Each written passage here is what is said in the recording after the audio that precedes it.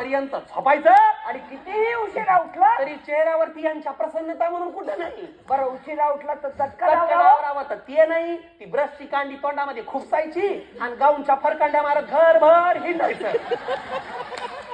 बरं कधी उठला तरी दर दिवशी तिचं काहीतरी दुखतच असतं. आज काय तर उशीनं मानस आखडली, परवा काय तर पित्तानं डोकं धरलं.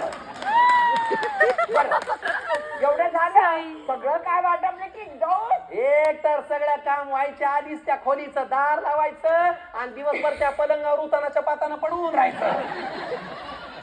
दारू काय काही संसार फक्त खोलीत असतात. मग कधी येऊन बाहेर विचारलंय सासूबाई काय हवंय काय काय करायचंय कधी काय? सासूबाईला रीतीभाती परंपरा विचारल्या कधी नाही. जायचं काय बरं आजकालच्या पोरीला काही काम तरी असतं का? कष्ट तरी असतात का? काही नाही. तुझ्या वेळी मी पोटूशी होते तेव्हा 9 महिने कचकावून काम करत होते मी. अरे तुझ्या वेळी जेव्हा कळा यायला लागला तेव्हा भांडे घासत होते मी. हा कळा आलं तेव्हा भांड्याची घासणी घेऊन सुईनीकडे गेले.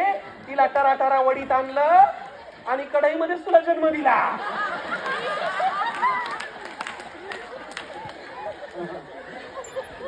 तुला आठवत आहे ना?